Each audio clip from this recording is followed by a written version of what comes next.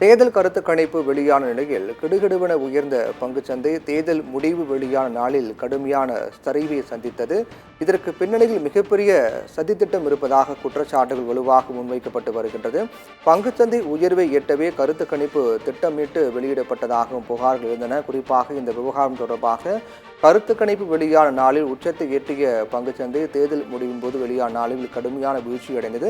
இந்த விவகாரம் பூதாகரமாக தற்போது வெடித்திருக்கிறது. குறிப்பாக காங்கிரஸ் எம்பி ராகுல் காந்தி செய்தியாளர் சந்திப்பின் கூட இதை பற்றி விரிவாக பேசியிருந்தார். குறிப்பாக கடந்த ஞாயிற்றுக்கிழமை தேர்தலுக்கு பிந்தைய கருத்து கணிப்புகள் வெளியாகின.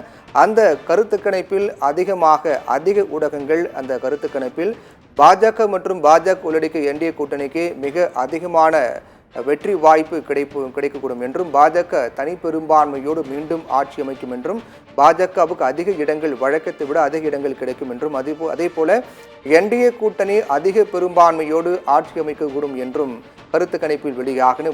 முழுக்க பாஜகவுக்கு சாதகமாக இந்த கருத்து கணிப்பு வெளியாகின. கடந்த ஞாயிற்றுக்கிழமை இந்த கருத்து கணிப்பு வெளியான அடுத்த நாள் திங்கட்கிழமை பங்குச்சந்தை என்பது கடுமையான உயர்வை சந்தித்து இதன் மூலமாக பல நிறுவனங்கள் எண்ணிலடங்கா லாபத்தை ஈட்டினார்கள். இதற்கு பிறகு இது தொடர்பாக மிகப்பெரிய சர்ச்சை எழுந்தது.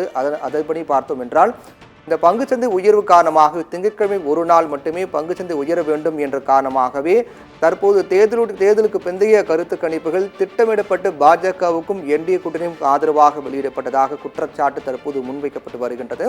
இது தொடர்பாக செய்தியாளர் சந்திப்பின் போது பேசிய காங்கிரஸ் எம்பி ராகுல் காந்தி தேர்தலுக்கு பிந்தைய கருத்து கணிப்புகள் பங்குச்சந்தை வளர வேண்டும், பங்குச்சந்தை உயர்வை அடைய வேண்டும் என்பதற்காகவும் சில சுயநலம் கொண்டவர்கள் லாபம் அடைய வேண்டும் என்ற உள்நோக்கத்தோடு தான் திட்டமிடப்பட்டே இந்த தேர்தலுக்கு பிந்தைய கருத்து கணிப்புகள் வெளியிடப்பட்டதாக குற்றம் சாட்டியிருந்தார்.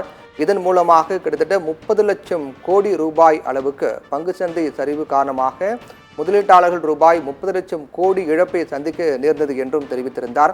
ஒரு நாள் பங்குச்சந்தை உயர்வுக்காக பாஜக மற்றும் அதன் கூட்டணி கட்சிகளுக்கு சாதகமாக கருத்து கணிப்பு வெளியிட்டதாக குற்றம் சாட்டியிருந்தார். இதுகுறித்து நாடாளுமன்ற கூட்டுக்குழு விசாரணை நடத்த வேண்டும் என்றும் நீதிபதி தலைமையில் விசாரணை குழு அமைக்கப்பட்டு விசாரிக்க வேண்டும். இதில் மோடி மற்றும் அமித்ஷாவுக்கு நேரடியாக தொடர்பு இருப்பதாக பாஜகவுக்கு நேரடியாக தொடர்பு இருப்பதாக ராகுல் காந்தி குற்றம் சாட்டியிருந்தார். இந்நிலையில் தான் இது தொடர்பாக உச்சநீதிமன்றத்தில் வழக்கு தொடரப்பட்டிருக்கிறது. வழக்கறிஞர் விஷால் திவாரி உச்சநீதிமன்றத்தில் தாக்கல் செய்துள்ள மனு விரைவில் விசாரணைக்கு வரும் என்று எதிர்பார்க்கப்படுகிறது. இந்த விவகாரத்தை நேர்மையாக விசாரித்து தவறு செய்தவர்கள் மீது கடுமையான நடவடிக்கை எடுக்கப்பட வேண்டும் என்ற கோரிக்கையும் வலுத்து வருகிறது. சுயநலத்துக்காக பங்குச்சந்தை உயர வேண்டும் என்பதற்காக திட்டமிட்டே ஊடகங்கள் இது போன்று பாஜகவுக்கு சாதகமான கருத்து கணிப்பு வெளியிட்டதாக பல்வேறு குற்றச்சாட்டுகள் எழுந்திருக்கும் நிலையில் அதற்கு பிறகு தேர்தல் முடிவு வெளியான பிறகு பங்குச்சந்தை கடுமையான வீழ்ச்சியை சந்தித்தது.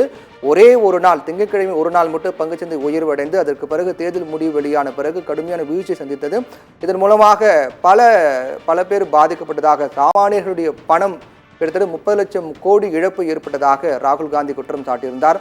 இந்த நிலையில்தான் வழக்கறிஞர் விஷால் திவாரி என்பவர் உச்சநீதிமன்றத்தில் வழக்கு தொடர்ந்திருக்கிறார்.